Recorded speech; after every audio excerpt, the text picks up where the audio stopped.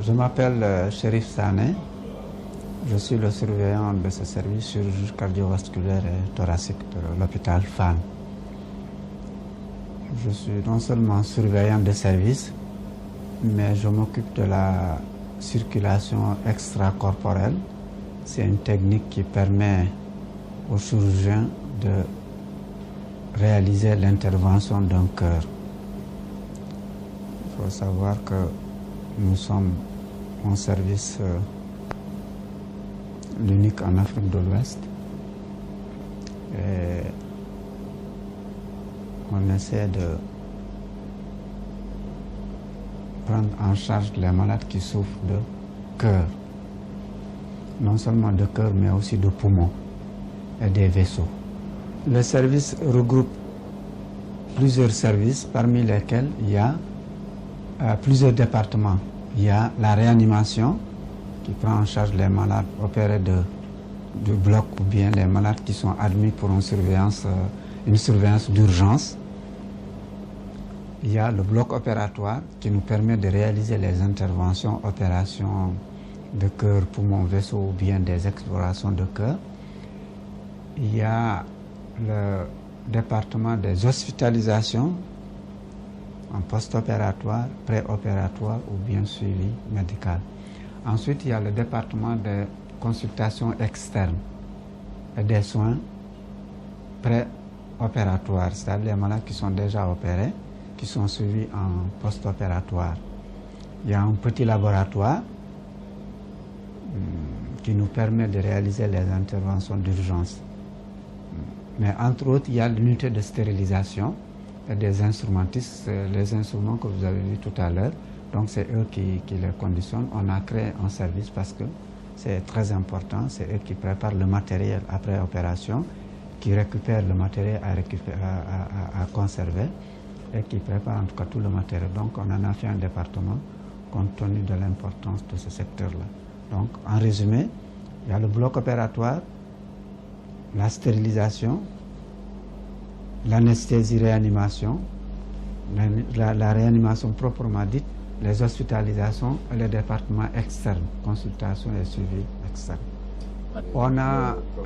Nous sommes gâtés quand même parce qu'on a 2 professeurs chirurgiens, un professeur anesthésiste réanimateur qui est la chaire de tout l'hôpital Fann. Donc c'est lui qui est basé ici à chirurgie cardiaque, c'est lui qui coiffe toutes les anesthésistes de l'hôpital Fann. Il y a un professeur cardiologue. Le professeur anesthésiste réanimateur est aidé par 2 assistants à côté des CS et internes qui passent périodiquement. Les 2 professeurs chirurgiens sont aidés par des maîtres assistants, il y a des assistants, il y a des anciens internes et des internes, sans compter les stagiaires aussi. Le cardiologue également est aidé par des assistants. C'est un seul professeur cardiologue, il est aidé par des assistants et des internes. À côté de cela, il y a des techniciens anesthésie réanimateurs et qui sont aussi techniciens de bloc opératoire. Il y a un technicien de biologie. On a une préparatrice en pharmacie qui nous aide dans la prise en charge des patients du point de vue pharmaceutique. On a une assistante sociale et voilà. Il y a le chef de service, le professeur Mohamed Ndiaye, qui coordonne tout ça. Et il est aidé par, comme je vous le dis, les chefs, différents responsables. Et c'est ce qui nous permet cette prise en charge, comme vous avez dit. C'est un service de pointe. C'est ce qui a fait valoir la mise au point de ce personnel qualifié. Parce que c'est une chirurgie de pointe où vraiment rien n'est laissé au hasard. Il faut des gens non seulement bien formés, attentifs, mais des gens à qui on a habitué vraiment la rigueur. C'est le professeur Ndiaye qui coiffe tout ça et on se glorifie jusque-là, ça va. Oui, au niveau, je dis que, parce que comme je l'ai dit, c'est une chirurgie de pointe. On est peut-être très ambitieux, dans la mesure où on opère non seulement les Sénégalais, mais pratiquement des malades qui nous viennent d'un peu partout de l'Afrique. Je vous dis qu'il y a même ceux de l'Zaïre, on en a opéré dans nos toutes premières années. Il y a la Gambie, on en reçoit pratiquement chaque trimestre. Mauritanie, et on en reçoit, on fait Mauritanie jusqu'au Mali. On a reçu une semaine ici, on a opéré que des Maliens. En tout cas, toute la sous-région nous envoie des malades. J'ai cité tout à l'heure le cas de Zaïre, c'était pour vous montrer où sont poussés, jusqu'où ça, on a essayé de faire nos preuves. En tout cas, on reçoit des malades d'un peu partout, que ce soit de cœur, poumon, vaisseau. Voilà. Mais le Congolais dont je parlais, c'était pour un cœur, remplacement de cœur, de valve du cœur. Et Dieu merci, il va toujours bien. La demande est très forte par rapport à l'offre. La demande est très forte. On est débordé, submergé. Je signale peut-être au passage qu'il y a la Côte d'Ivoire qui avait ouvert depuis bien 20 ans avant nous, mais qui, pour des problèmes techniques, ne fonctionne pas comme ça devait se faire. Donc, si bien que nous sommes, tous les malades nous sont rabattus. Les malades sont orientés vers nous. S'ils ne sont pas au Maghreb ou en Europe, en tout cas, c'est au Sénégal où on les envoie pour ces opérations, surtout de cœur, pour le cœur surtout. Oui, là, la cardiologie médicale, je disais aussi, les interventions, l'autre bâtiment en externe, c'est effectivement des malades qu'on nous envoie un peu partout, c'est-à-dire un malade qui fait un infarctus, c'est-à-dire quelqu'un qui fait un arrêt cardiaque provisoire, on nous l'envoie ici pour un suivi. On en a déjà reçu même des touristes et autres. On les surveille ici avant de les envoyer. Ce n'est pas forcément pour une opération, mais même les problèmes, les pathologies cardiaques, à savoir les crises, les menaces de crise, on les reçoit ici, on les prépare, et puis on les oriente maintenant vers les structures plus équipées que nous pour cette prise en charge. C'est pareil pour les poumons. Les poumons, il arrive quelquefois qu'on pose des diagnostics. Quand maintenant ça requiert une technologie très poussée, on réfère les malades. On opère, bon, en moyenne, on est aussi limité par un problème de matériel. Si bien que le service, c'est un service à vocation cœur. Et ça requiert beaucoup de moyens. Donc, on opère en fonction de nos moyens. Donc, c'est en dents de scie. Il y a des années où ça va beaucoup mieux. C'est-à-dire quand on a des amis qui nous mettent un peu de matériel, on opère beaucoup plus. Il y a des années où eux aussi ils ont des difficultés, donc on opère beaucoup moins. Mais le taux de réussite, c'est la même chose que dans les pays développés, c'est 10%. Le taux de mortalité, c'est 10%. Annuel, hein, je dis, pour toutes les maladies confondues. Et les cœurs, là pratiquement, on peut dire qu'on réussit quand même beaucoup. Il y a très peu de malades qu'on perd suite à une intervention de cœur. Les premières années, oui, mais maintenant, c'est très rare. Sauf des complications qui viennent après opération, et ça, souvent, c'est imprévu. Mais suite à des interventions de cœur, c'est très rare quand même qu'on ait des décès. Merci beaucoup. Bon, je disais tout à l'heure que je m'occupe non seulement du major, mais la spécialité de cœur, ça aussi, c'est ce qui fait que souvent on me voit difficilement. Voilà, je suis libre. Merci beaucoup.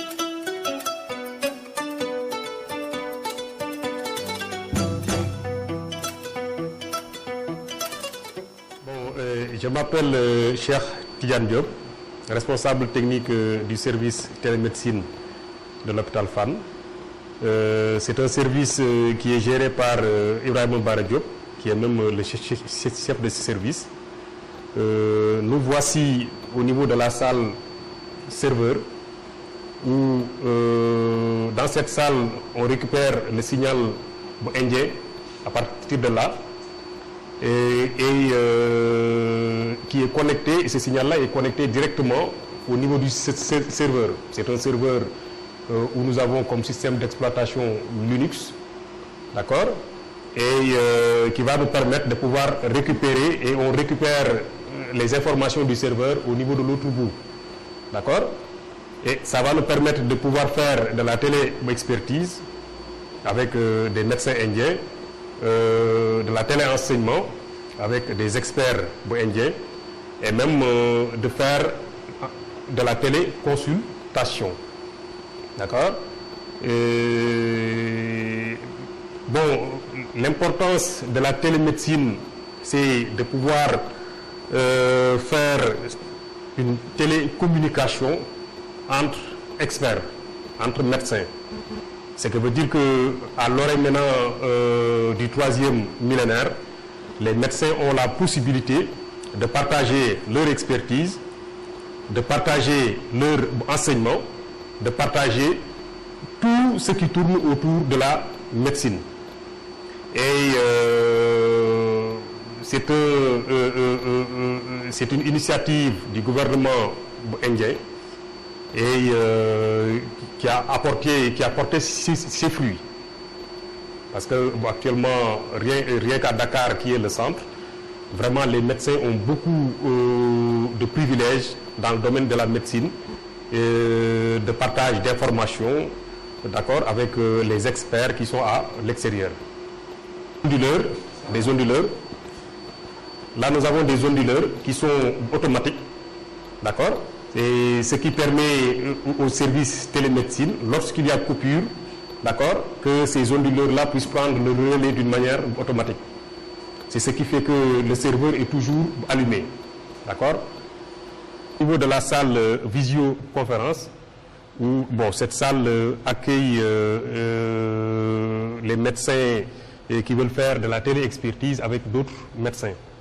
Ce qui fait que, bon, dans un premier temps, je vais vous présenter ce microscope que vous voyez devant vous. Ça nous permet de pouvoir analyser le sang d'un patient à distance. Je vous donne un exemple. Supposons nous avons un patient qui a une certaine maladie dont le sang a été récupéré pour analyse.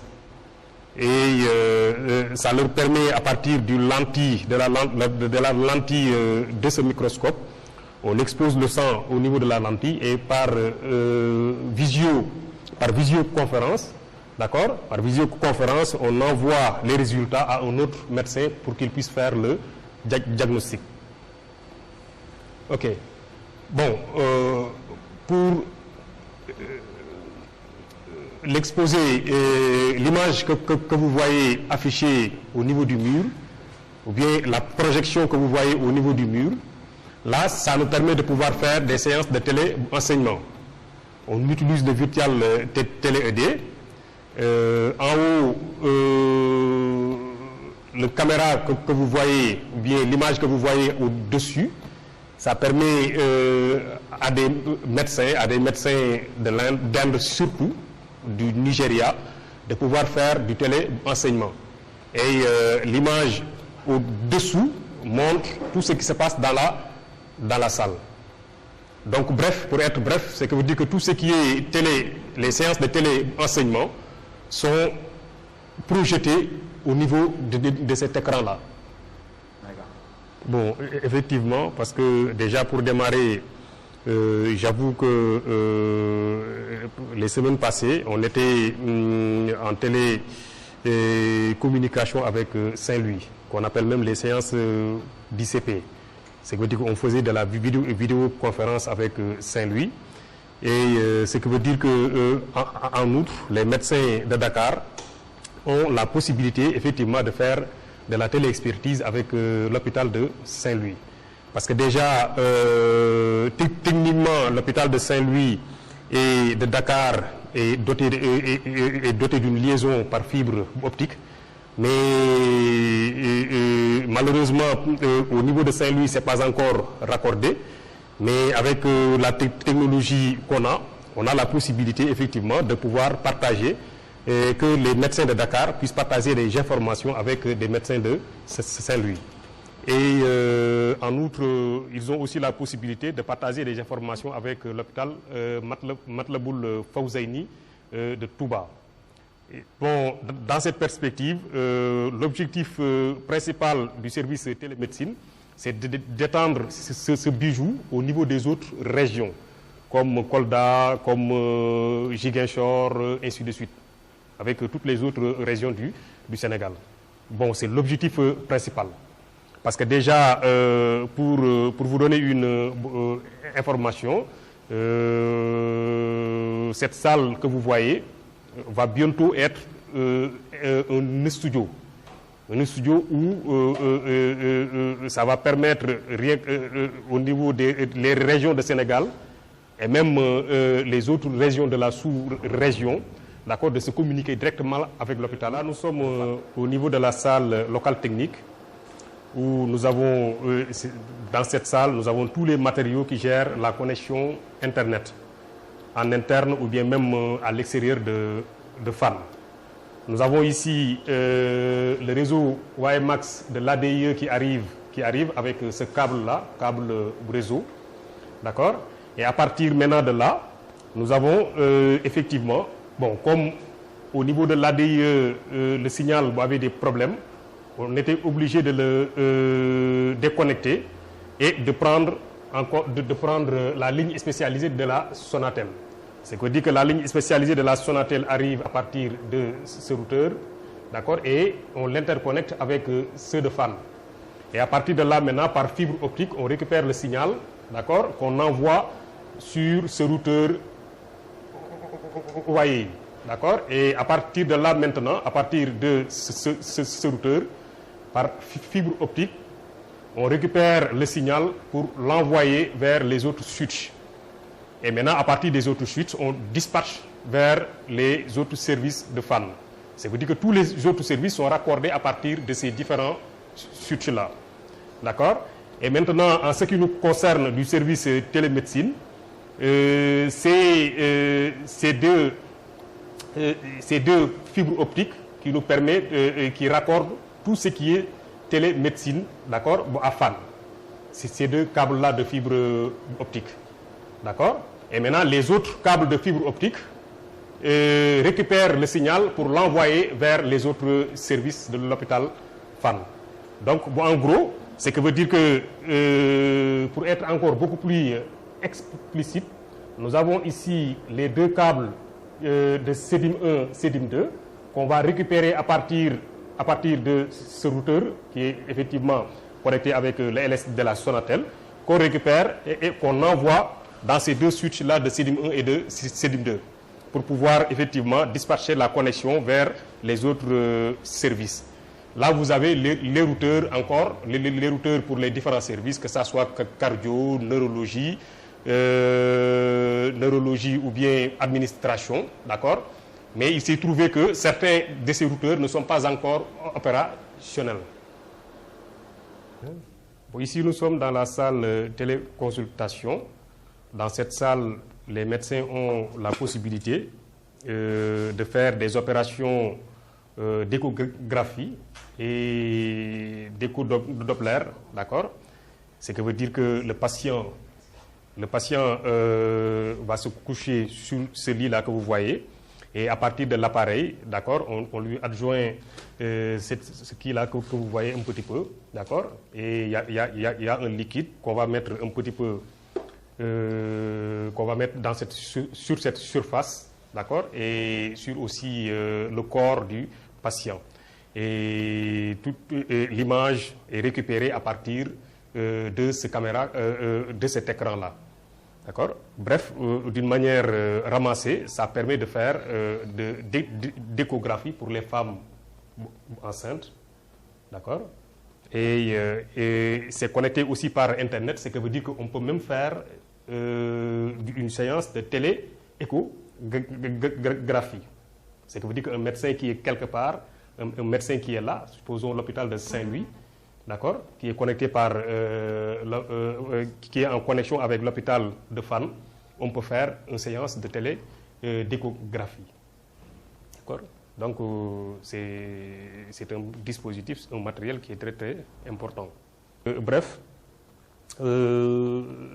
les patients qui arrivent, une fois que ils ont été consultés, d'accord, on peut récupérer les images du patient à partir de ce dispositif. Et cette image-là peut être envoyée par connexion réseau vers les autres hôpitaux. D'accord? Et s'il y a des experts dans ce domaine, ils peuvent donner des résultats qui peuvent être retournés vers Dakar ou bien un résultat qui part de Dakar pour être envoyé vers d'autres hôpitaux.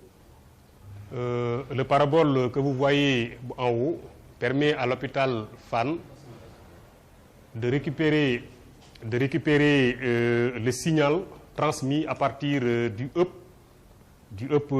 qui est au niveau de Sébikotane, et pour être précis, près de la station de Gandour. Ce hub qui est à Sébikotane transmet tout ce qui transmet du signal vers la sous-région, Nigeria, Gabon, Niger, ainsi de suite, d'accord? Et maintenant, le parabole, ça permet de pouvoir récupérer maintenant tout ce qui a été transmis au niveau de Sébikotane, d'accord, qui est un hub, de pouvoir récupérer le signal et que ce signal soit dispersé au niveau de l'hôpital. Donc, ça veut dire que c'est un parabole qui est important. Parce que le hub de Sébikotane, effectivement, ça nous permet, sur le domaine de la télémédecine, de pouvoir doter la sous-région. La sous-région, si je parle de la sous-région, je parle des autres pays, d'accord, qui sont en connexion, qui sont proches du Sénégal ou bien même qui sont lointains de Sénégal, mais qui sont en Afrique. Et l'interconnexion maintenant entre ces pays est assurée par le parabole le hub de... Voilà, nous sommes ici au niveau de la centrale de l'hôpital de Fann. Je suis Amadou Ndiaye, je suis le responsable technique de la centrale. Donc la centrale de Fann a été installée et démarrée en janvier 2011. Donc au niveau de la centrale, on a 3 parties. La première salle, qu'on appelle la salle d'air, c'est à partir de cette salle qu'on produit de l'air. Et cet air produit est séché au niveau des sécheuses. L'air séché est envoyé au niveau de la deuxième salle. C'est à partir de la deuxième salle qu'on produit l'oxygène et qu'on stocke dans des réservoirs. Donc l'oxygène produit est stocké au niveau des réservoirs. Une partie est envoyée directement au niveau des services et l'autre partie est conditionnée et mise dans des bouteilles de B50, ça veut dire de 50 litres, et dans des bouteilles de 15 litres. Ces bouteilles vont servir pour les services qui ne sont pas raccordés au niveau de la centrale. Ils ne sont pas nombreux et l'hôpital envisage de les raccorder. Mais pour le reste, à partir de la deuxième salle, à partir des réservoirs d'oxygène, l'oxygène est envoyé directement au niveau des services. Et c'est à partir de ces services qu'on utilise. Donc nous disons que à partir des réservoirs d'oxygène, l'oxygène est envoyé directement au niveau des services. Et arrivé au niveau des services, on utilise l'oxygène pour le diagnostic, pour la thérapie et pour la ventilation des malades. Donc depuis l'installation, l'hôpital n'achète plus de bouteilles de B50 et de B15. Donc toute la consommation de l'hôpital est produite au niveau de la centrale. Donc auparavant, l'hôpital achetait une grande partie de son budget a été alloué au niveau de l'achat de bouteilles, au niveau des fournisseurs privés. Mais maintenant, avec l'ouverture de la centrale, cette volet du budget a été alloué à autre chose pour l'amélioration des conditions de vie des patients dans l'hôpital. Ces aspects-là ont été prévus. Déjà, la centrale est secourue par un groupe de 70 kVA.